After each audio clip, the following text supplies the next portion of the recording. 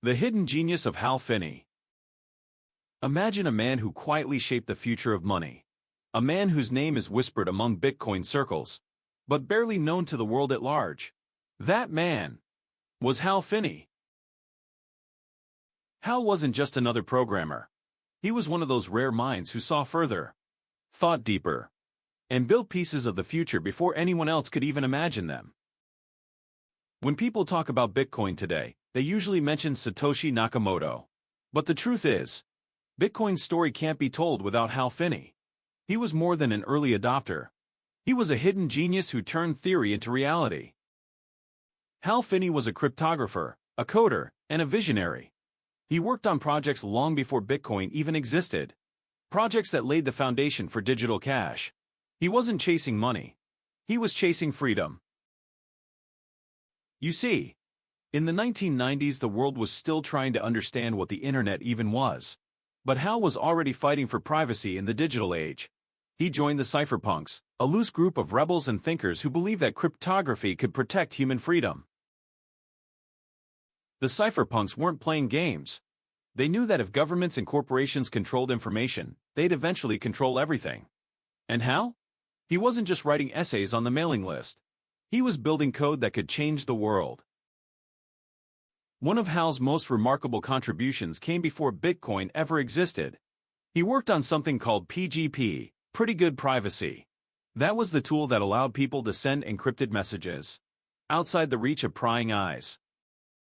Hal Finney was literally fighting for digital privacy decades before most of us realized how important it was. Think about it. Before Edward Snowden, before Facebook scandals, before mass surveillance, Hal was already building the tools to resist it.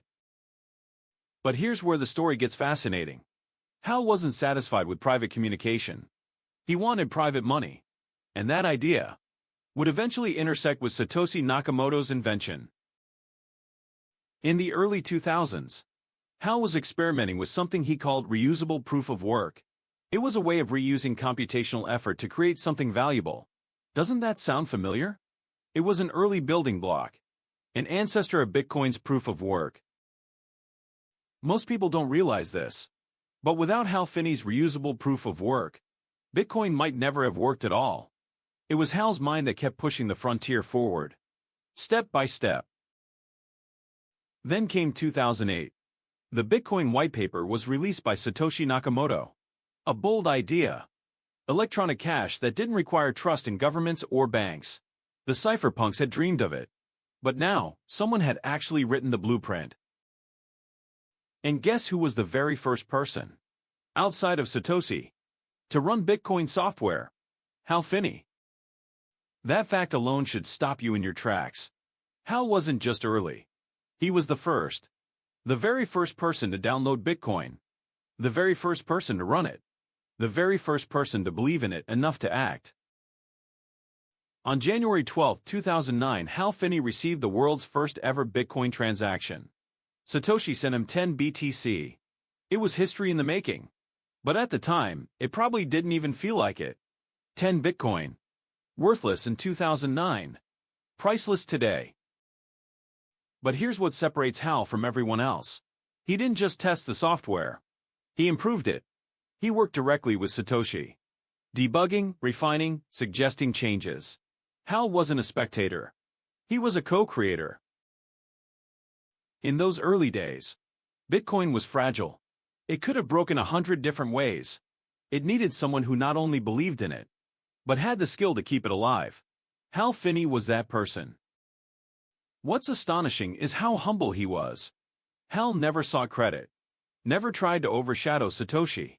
He just quietly did the work. He believed in the mission more than in fame. Some even speculate, was Hal Finney actually Satoshi Nakamoto himself? The evidence is intriguing. He lived just a few blocks away from another man often suspected of being Satoshi, Dorian Nakamoto. He had the cryptographic skills, the vision, the patience, and he was there from the very beginning. But Hal always denied it. He insisted he wasn't Satoshi, that he was just an early supporter. Still, to this day, some people wonder if he played a bigger role than he let on. Let's pause for a moment. Imagine if you had been Hal Finney. Imagine downloading Bitcoin for the first time, seeing blocks being mined, watching history unfold right in front of your eyes. While the world was busy with banks, recessions, and bailouts, Hal was quietly running Bitcoin on his computer, witnessing a parallel financial system being born. But Hal's story takes a heartbreaking turn. In 2009, the same year Bitcoin was launched, Hal was diagnosed with ALS, a disease that gradually paralyzes the body while leaving the mind completely intact. Think about that for a second. The very year Hal helped give life to Bitcoin, his own body began to betray him. Yet instead of retreating, Hal kept coding. He kept contributing. He literally typed with his eyes when his body could no longer move. That is the definition of dedication. It's impossible not to feel moved by that. Hal, fighting his own battle with time, still finding the strength to build something for all of us. As his illness progressed, Hal wrote one final message to the world. In it, he expressed his hope that Bitcoin would succeed, that this crazy experiment would truly change money forever. And here's the part that sends chills down your spine. Hal arranged to be cryogenically preserved after his death. His body rests today at Alcor, in the hope that one day, technology might revive him. If that day ever comes, Hal Finney might open his eyes. In a world where Bitcoin rules global finance, can you imagine that moment? The man who received the first Bitcoin, waking up to see it used by billions. Hal's life leaves us with questions that linger. Was he just an early believer? Or was he secretly the architect all along? Did Satoshi handpick him to carry the torch? Or was it destiny that put him there? What we do know is this. Without Hal Finney, Bitcoin might not have survived those fragile early years.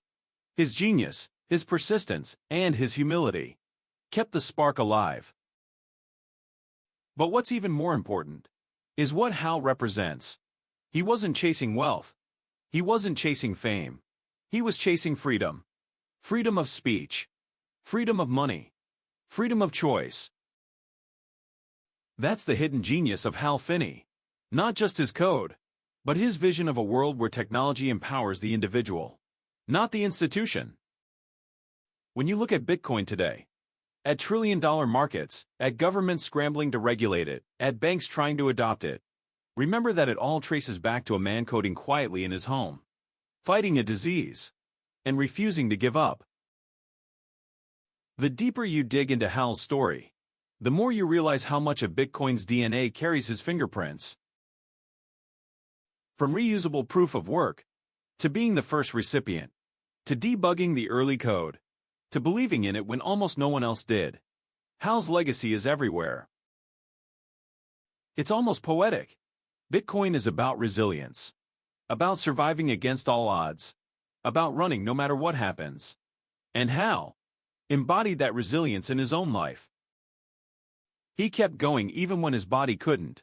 He kept coding even when the world wasn't watching. He kept believing even when others laughed. That's why his story matters. It's not just about Bitcoin.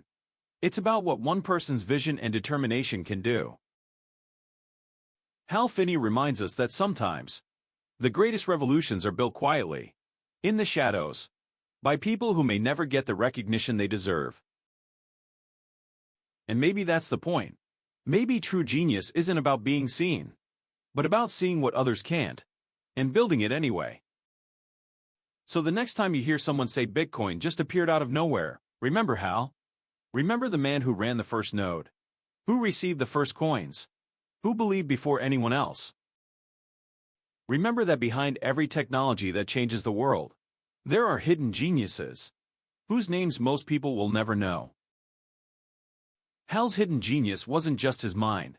It was his courage, his persistence, and his unshakable belief in human freedom. And today, whether you own Bitcoin or not, whether you believe in it or not, you are living in a world shaped by Hal Finney's quiet brilliance. So here's the question I leave you with. If Hal Finney could see further than everyone else, what might we be missing right now? What hidden genius of today is building the future in silence? Maybe it's Bitcoin's next chapter. Maybe it's something even bigger.